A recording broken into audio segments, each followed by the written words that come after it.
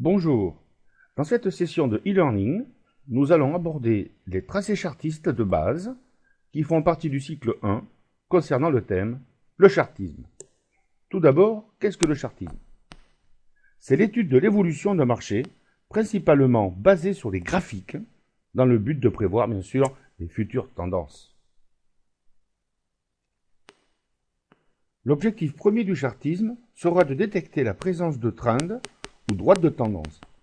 On peut alors dénombrer trois états caractérisant l'évolution d'un marché.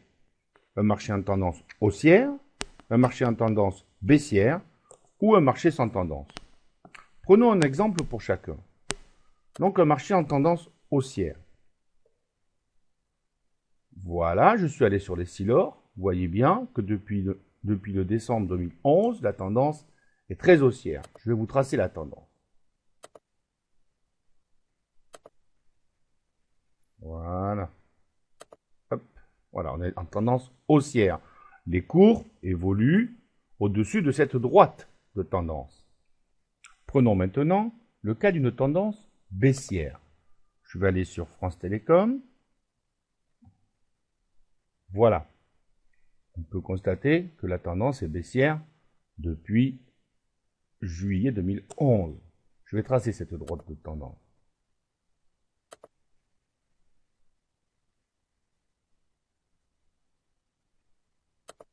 Voilà, les cours évoluent en dessous de cette droite de tendance.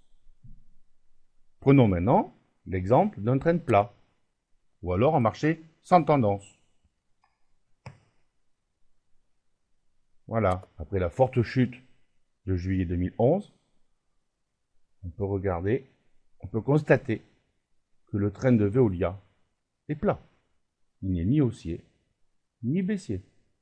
Il est plat.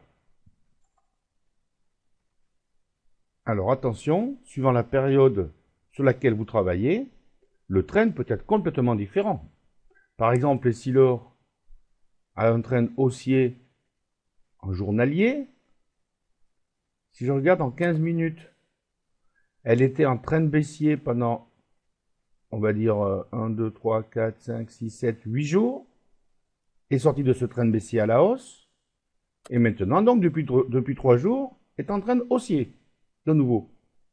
Donc, vous voyez que suivant la période de temps sur laquelle vous travaillez, en fait, il y a des grandes tendances, et puis il y a également des trends secondaires et tertiaires. Lorsqu'un trend est cassé, il y a trois scénarios possibles. Soit le titre entame une nouvelle tendance. On va prendre un exemple avec Lafarge. On peut constater qu'il était en tendance haussière sur un jour et demi. On est sorti de ce trend haussier à la baisse et on part maintenant en tendance baissière. Soit le titre consolide sans réelle tendance. On va prendre un exemple avec Saint-Gobain. Voilà, on est sorti du trend haussier à la baisse, et puis en fait, il évolue à plat. Soit la valeur réintègre le trend. Par exemple, Arcelor. Là, on pensait être sorti du trend à la baisse. En fait, c'est invalidé. Et on réintègre le trend. À nous maintenant de modifier ce trend. Voilà.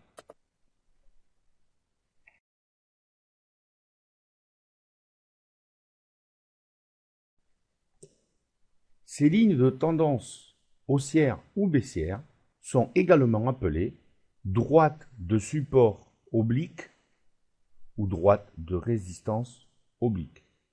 On va voir maintenant justement les droites de support et les droites de résistance.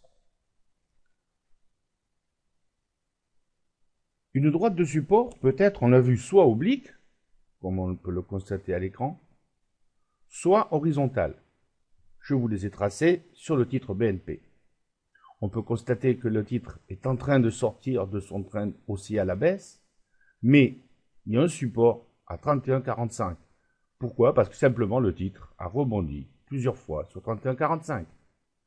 Si jamais cette ligne est cassée, il y aura une forte probabilité pour aller chercher les supports plus bas, qui sont 30,28, 30,09, 28,70, etc. 27,65 et 27,31.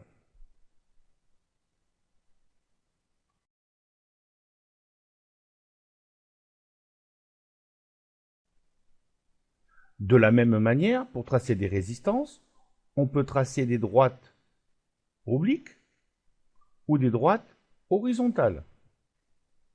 Il y a aussi ce qu'on appelle le principe de polarité, c'est-à-dire que un ancien support, une fois qu'il est cassé, comme ici, devient en fait résistance. Donc, Vinci a trois résistances. La ligne oblique, qui se situe donc autour des 37,30. L'ancien support, qui est donc devenu résistance à 37,60. Et le plus haut à 37,95,50. Lorsque le titre a cassé son support à 37,60, vous voyez, il est resté pendant 4 périodes juste en dessous. Il est revenu toucher son support. Cela s'appelle un pullback. L'importance d'un support ou d'une résistance se définit en fait selon différents critères. Il y a tout d'abord le niveau psychologique. Des chiffres ronds. Par exemple, 5, 10, 15, 20, 50, 100, 500. Hein, ce sont des seuils psychologiques. Je vais par exemple sur Peugeot. Voilà, on voit bien à l'écran que la zone des 10 euros était vraiment un support important. On est venu le tester plusieurs fois. Ici, ici, ici, ici, et puis jusqu'au moment où on l'a cassé. Et puis là, après, le titre s'est mis à déballer. Jusqu'à un nouveau seuil psychologique qui est autour des 7 euros, que d'ailleurs on n'a pas cassé jusqu'à l'heure actuelle. Ensuite, il y a aussi le nombre de rebonds. En fait, plus une droite de support a réussi, on va dire, à contenir une baisse d'un titre, et plus cette droite est un niveau gardé à mémoire par le marché. On va prendre l'exemple du Crédit Agricole. On voit bien que, bien sûr, 4 euros était un seuil psychologique, mais on est venu le tester une fois, deux fois, trois fois, quatre fois, 5 fois, 6 fois, une quinzaine de fois on est venu le tester. Le jour où on l'a cassé, le titre a vraiment déballé. Et maintenant sert de résistance.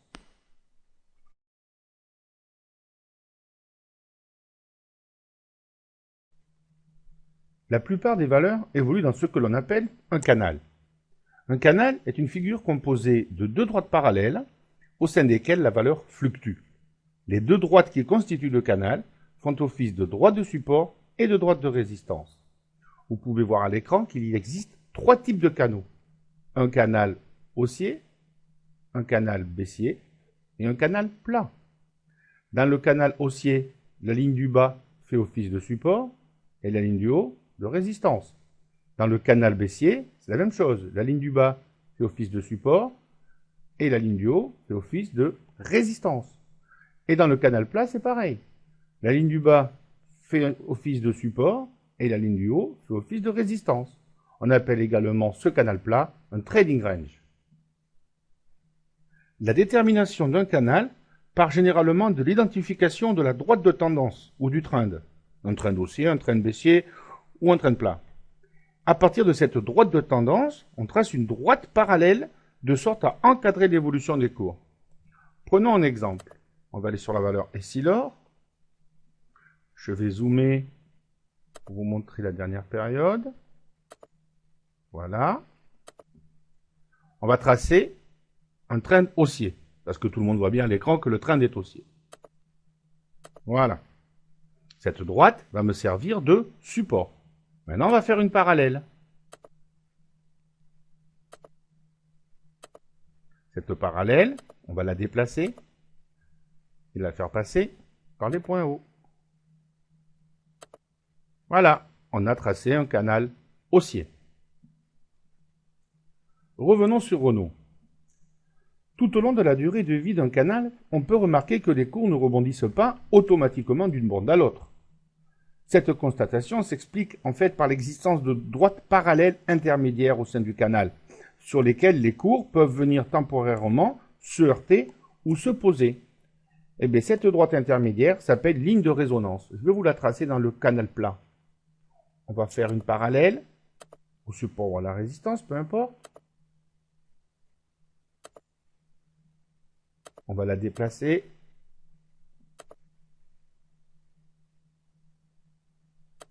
Voilà. Je vais la modifier simplement que ce soit plus joli. Voilà. Cette ligne rouge intermédiaire est la droite de résonance. Des cours sont venus se reposer dessus avant de la casser. Et là, elle a servi de résistance intermédiaire. Mais vous allez me dire, à quoi ça sert? Comment gérer un canal? Ben, c'est pas très compliqué. On va prendre un train d'osier, par exemple le safran.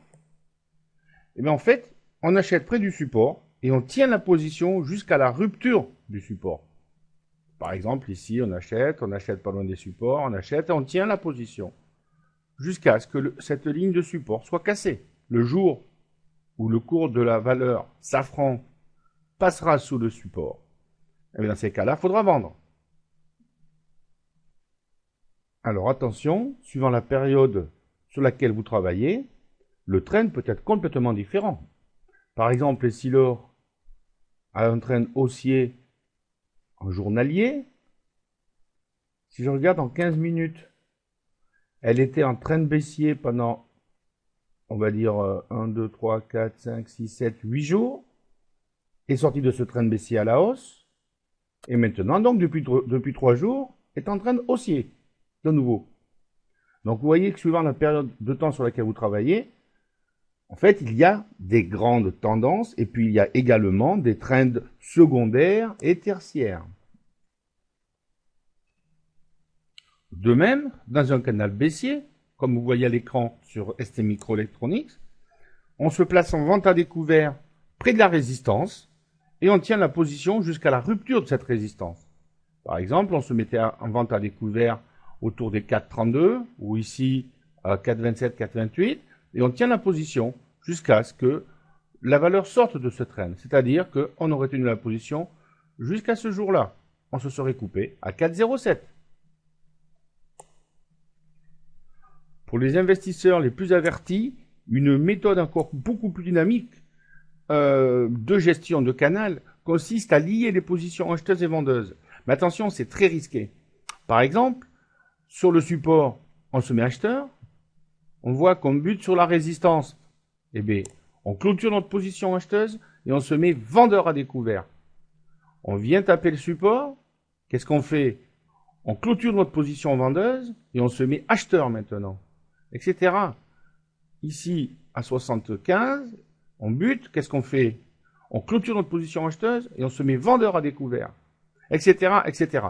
Mais attention, cette méthode-là est beaucoup plus risquée.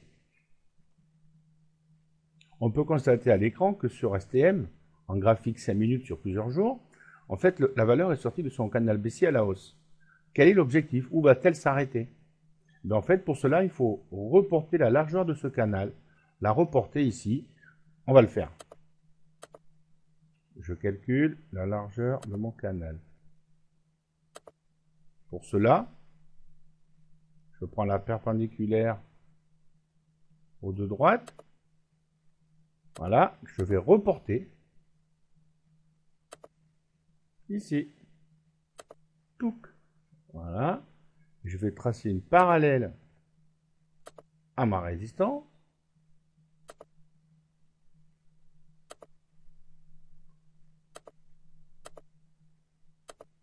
Que je mets là-haut. Voilà. Donc mon objectif était sur cette droite-là. Et effectivement, la valeur a buté sur 4,17.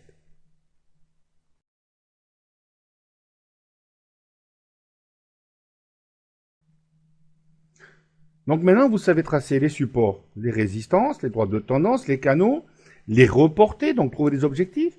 Mais pour ceux qui souhaitent faire du trading plus court terme, voire très court terme, faire ça tous les jours sur toutes les valeurs, c'est quand même très fastidieux.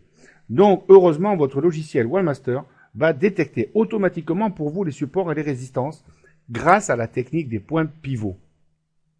Les points pivots, en fait, se présentent sous la forme de 7 lignes horizontales. Le point de départ est bien sûr la détermination du pivot.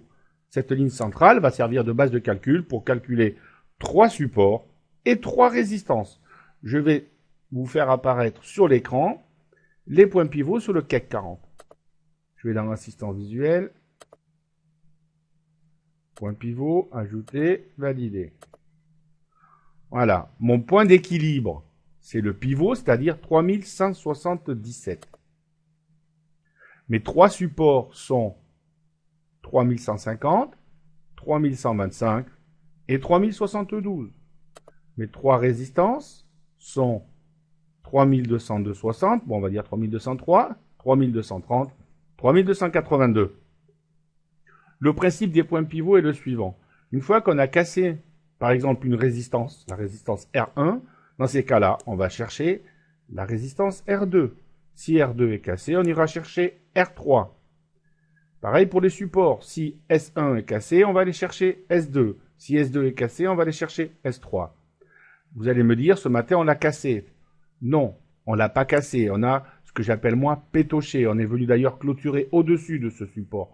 On est resté toute la matinée autour du seuil psychologique 3150. On l'a pas franchement cassé. Quand je dis cassé, il faut que ça casse franchement. Prenons Pinot par exemple. Ce matin, on a cassé franchement le support S1. Et bien, on est cherché le deuxième S2 à 110,40. Il aurait été très compliqué de trouver rapidement l'objectif en traçant des trends, cherchant des supports et des résistances. Votre logiciel vous a permis de le trouver très rapidement.